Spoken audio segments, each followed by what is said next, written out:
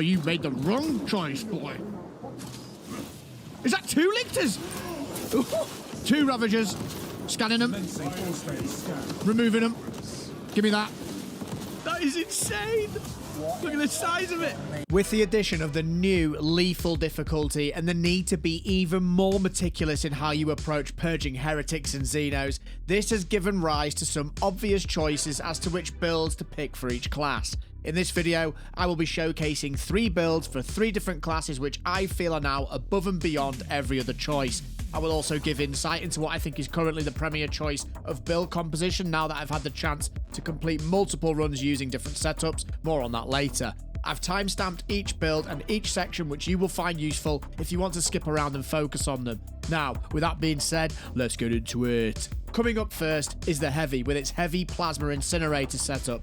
This is an incredible addition to any lethal difficulty setup grouping, being effective at both all clear and killing Majoras and elite enemies, and, if that wasn't already enough folks, also doing impressive damage to bosses.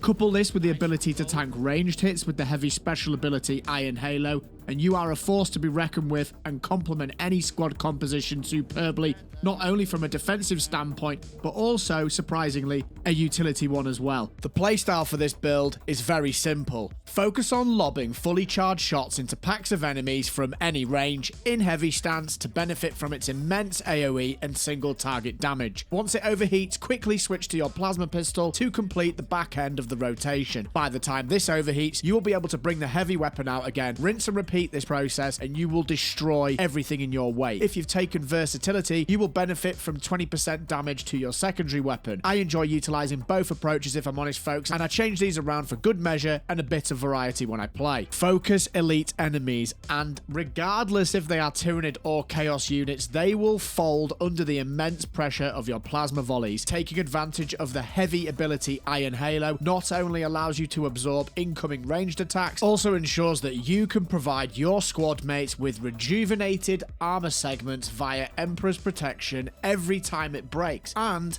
whilst your shield is up, Conversion Field feeds the speed in which your entire squad's ability recharges at by 50%. Play this with a sniper and take advantage of the headshot perk that allows you to regen ability charge that way, and the immense pressure the tactical can put on enemies with Auspex scan, and you will be blown away at how often you get your ultimate charges back up and just generally how much damage output increases by. There are different ways to manipulate how the shield mechanic works, and it can be leaned into to improve DPS, or you can opt for a more defensive approach, which we will go over in a moment folks. Moving on to the perks, and in the first column we're going with auxiliary ammunition. When your primary weapon is out of ammo, killing 10 enemies in rapid succession restores ammo reserve by 20% for 30 seconds. In the second column we're going with thermal boost. When a ranged weapon is 50% overheated, range damage increases by 15%. No brainer here folks. And in this third column you can go for either versatility. When switching weapons, your secondary weapon does 20% more damage, and this effect lasts until reloading or switching back to your primary.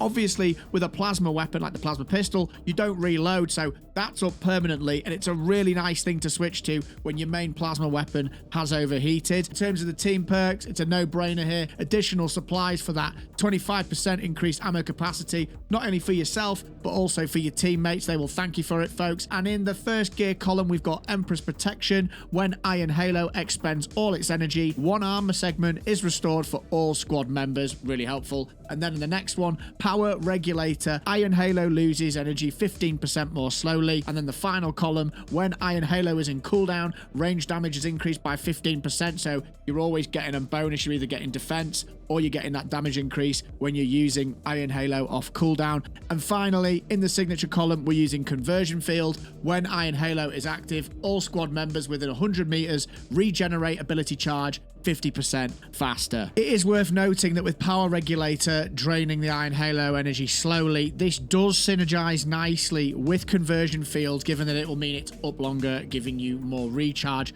But of course, you can look at it the other way and look at the recharge being faster itself, but it being broken easier by 30%, and that synergizes really nicely with brute force as well. So there are some ways you can mix and match these final two columns, folks, but that's the way I'm setting mine up at the moment. In terms of the heavy plasma incinerator, I'm going with Gathalamore Crusade. This thing comes with 14 firepower, much like its other options, but in this particular case, you just get more ammo, and that, folks, is much more valuable than anything else at the moment. Moving on to the perks, and we're looking at common cooling for that 10% less heat. Moving over to rapid cooling. After killing 10 enemies in rapid succession, weapons do not heat for 5 seconds. Heavy velocity. When in heavy stance, your charge shots charge 10% faster, which is really nice. And then we're going to drop down and we're going to take plasma collection for 20% extra, energy reserve, and then efficient charge. Charge shots from plasma weapons use 2 less energy, just makes things go that little bit further, folks. And then across to adamant restoration. When your health drops below 30%, your ammo reserve is restored by 25% of the maximum capacity, and you cannot exceed maximum ammo. This is really helpful, folks. This can get you out of some serious binds. And then we're going on to heavy fire. While in heavy stance, fire rate is increased by 15%. Then back up here to supercharged shot for damage from a charge shot increasing by 10%. And then another one of those, and then we're finishing on retaliation, which means when you get a perfect dodge off. In terms of the plasma pistol, we're going with Aphelion Liberation, and that is purely because of the ammo capacity. Moving on to the perks, we're going with fast venting at the bottom for 15% faster cool. Then rampage. After killing 10 enemies in rapid succession, you deal 25% more damage for 5 seconds. And then we're going straight into supercharged shot. Damage from a charge shot increased by 10%. Another one here that increases our damage by 10% against terminus enemies. That one's great might. Then another plasma collection choice, so this just gives us more plasma energy reserve.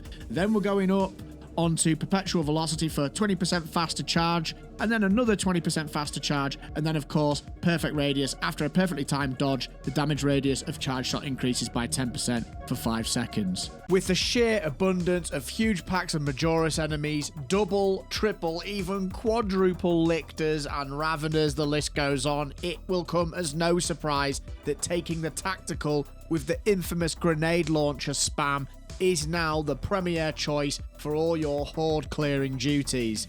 Don't get it mistaken, folks. This is absolutely insane now. I'd say it's even more valuable than it was previously. The playstyle for this build is very simple. Focus on spamming grenades at clusters of Minoris and Majoris enemies from medium to short range and effectively delete them, or, in the case of Majoris enemies, incapacitate them so they are ready for an execute to be administered. As we will be using Emperor's Vengeance as one of our must-pick perks, every time we execute a Majoris enemy, we can replenish a magazine and our entire grenade capacity back every 30 seconds, and it only takes 3 direct hits from the grenade to effectively incapacitate a Majoris enemy, folks. And in effect, this means that we have infinite grenades and ammo as long as we weave our playstyle between spamming enemies down, placing Auspex scans, and administering executes when required. It's therefore also advised that you should be trying to get gun strikes off as often as possible due to the interaction with Relentless Pursuit, which gives us an additional 25% damage for 5 seconds after landing one. Spamming enemies down quickly with grenades also procs Rampage, which gives us another additional 25% damage for 5 seconds once we've killed 10 enemies or more. You can probably see where I'm going with this, folks. It just multiplies the amount of damage that we're doing. Auspex scan is the icing on the cake once again for our DPS output, providing us with a whopping 200% increased damage every time we get a scan off, and it sends the damage of the entire squad outfit onto a whole nother level of insanity, folks. It's therefore not surprising that this build can do serious work to all Terminus and Extremis enemies. I've had run-ins with Carnifexes, Hive Tyrants, Zonethropes, Neurothropes, Ravagers, Lictors, which have all been trivialized by this setup. It's a serious powerhouse. In terms of the perks, I'm going to go through these really quickly and try to just give my thoughts on each viable choice in each column. So my must pick for this particular build in the first column is Balanced Distribution. Your primary weapon deals 10% more damage, but your secondary weapon deals 10% less damage. As we're using our primary the majority of the time, it's always fully reloaded with grenades. We want that flat 10% damage increase, folks. You could, I suppose, go for Kraken Penetrate around so your bolt weapon penetrates one more enemy. I personally think you should be going for the grenades with this one. There are other builds, like my previous heavy bolt rifle one, that would be more effective at this. In terms of column 2, it's a no-brainer for me. Relentless Pursuit. After a gun strike, you get 25% increased range damage for 5 seconds. No-brainer in my opinion. Emperor's Vengeance, absolutely must pick in any build, I would say. Killing a Majoris level enemy or higher restores your primary weapon's ammo by 1 magazine. In our case, this is also all the grenades, so it's a no-brainer. This one's an interesting one. In your team perk, you can either take aligned aim for 5% increased damage across the squad for ranged attacks, or you can take Transhuman Physiology. All squad members restore 30% more contested health. As you've just seen in the survivability section of this video, contested health is incredibly important if we're trying to leech life quickly. This works an absolute treat with that setup and synergizes fantastically with the grenade launcher. So in my opinion, it's a must pick to keep this build nice and balanced, particularly at higher difficulties when you take that serious spike damage. Now this is where things start to differ slightly from my previous setups. We've got priority targeting in the 5th column, and that is going to give us an extra 8 seconds for our Auspex scan, but it means that the scans will now ignore Minoris enemies. I will explain why in a moment. This column is the one that people usually debate about. Do you take precise calibration for that 75% increased damage, or do you take battle focus for a perfectly timed parry giving us Auspex scan? In this particular setup, we're going to go with battle focus purely because of the amount of parrying and gun striking and blowing their faces off we're going to do. This is what makes it possible to do that rotation and have that success rate, so make sure you pick this one for this particular build, folks. In the second to last column, we've got expert timing, which gives us that flat 100% damage increase, which is basically the thing that turns it into an absolute powerhouse. There's no point picking anything else in my personal opinion. You do lose the 4 seconds from the Auspex scan. It's still worth it. It gives you an incredibly punchy damage window. And finally, we are still sticking with Marked for Death as with the previous build. A headshot will instantly kill a Majoris or Extremist level enemy marked by Auspex scan. Cooldown is 120 seconds. Elixir spawns sometimes. Boom, it's dead in 1 shot. It's just too good to forgo, and actually I do think they might need to rework the tacticals skill tree if they're going to want people to use other things, because this just feels far too strong to pass up at the moment compared to the other options. Our choice of weapon is Gathalamor Crusade with the grenade launcher. It's our only choice because it's the only one that has a grenade launcher. In terms of the bolt rifle, I'll go through the perks really quickly. It starts off with Headhunter for more headshot damage, then Adamant Hunter for more headshot damage when under 30% health, then Fast Reload for fast reload, then down to the bottom row for Perpetual Precision with maximum spread decreasing by 10%. Able Precision, after using a class ability, maximum spread decreases by 25% for 5 seconds. Great Might, 10% against Terminus enemies. Cleaving Fire, shots will penetrate enemy block stances, dealing 25% of usual damage. Quite useful against warriors, might I add. Rampage, now this is the cookie cutter part of the build. Rampage gives us 25% increased damage when we kill 10 enemies in quick succession. Because you are spamming a grenade launcher, that's pretty easy to do when you're firing into hordes of chaff, and you will have that 25% up as often as you possibly can if you play this clever. And finally, Extended Magazine for 15% increased mag size, Tyrannid Eliminator for an increase in 10% damage against Tyrannids, and Honed Precision, equipped weapons maximum spread decreases by 25% when firing without aiming. I could take that away actually and maybe pop it up here into the headshot damage or even into the fast regen. I'm going to play around with that a little bit more when I get my hands on the plasma incinerator, but that's a story for another time, folks. In terms of our bolt pistol choice, we want to go with Aphelion Liberation Beta because it's got the highest firepower output. We won't be using it for anything other than administering gun strikes, so we just want the highest damage output possible there, folks. And in terms of the perks, we're going along the bottom row first. Great Might gives us 10% against Terminus enemies. Then we're going into Retaliation. A perfectly timed dodge will allow you to deal 25% more damage. Great for a gun strike. Followed up by Iron Grip. After a gun strike, recoil is reduced by 35%. Then Divine Might, 10% increased damage, then Extended Mag for an extended mag, Headhunter for 10% headshot damage, then Elite Hunter. After killing a Majoris level enemy or higher with a melee weapon, headshots deal 50% more damage for 5 seconds, and then finally Headhunter for another 10% more headshot damage. Our choice of chainsword is Aquilian Dedication. The reason being, it's got fencing as its defense. It just makes those timing windows for parries much more forgiving, and that's what you want to be getting off as much as possible. In terms of the perk tree, I've just gone straight along the bottom, folks, and I don't put too much weight on this, but it's just because you get increased melee damage, followed by heavy attacks restoring 100% more contested health. This applies to the following attacks: quick punch, front kick, shoulder bash, stomp.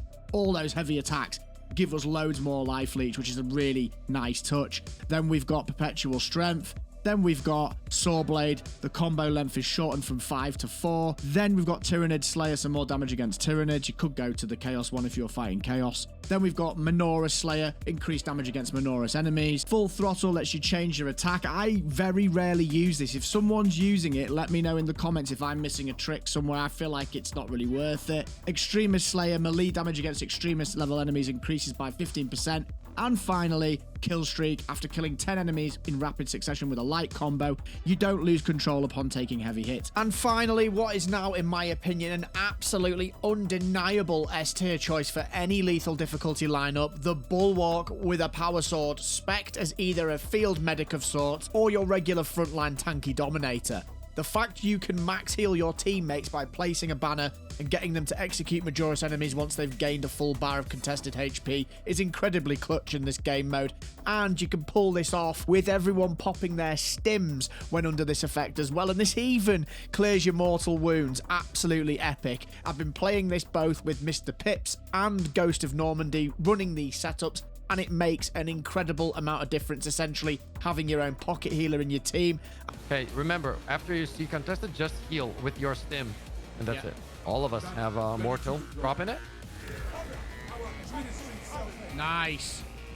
Yep, everybody's healed. Perfect. Moving on to the perks, and in the first column, we've got Intimidating Aura. A perfectly timed parry deals area of effect damage within a 5-meter radius. This is absolutely fantastic when you get surrounded by Menorah's enemies, landing those perfect parries, which you will do a lot with a fencing power fist, by the way. Just deletes them and gets them out of the way, and it's highly supportive in team setups and solo setups alike. You can opt for forward momentum after a shield bash, melee damage increased by 25% for 5 seconds.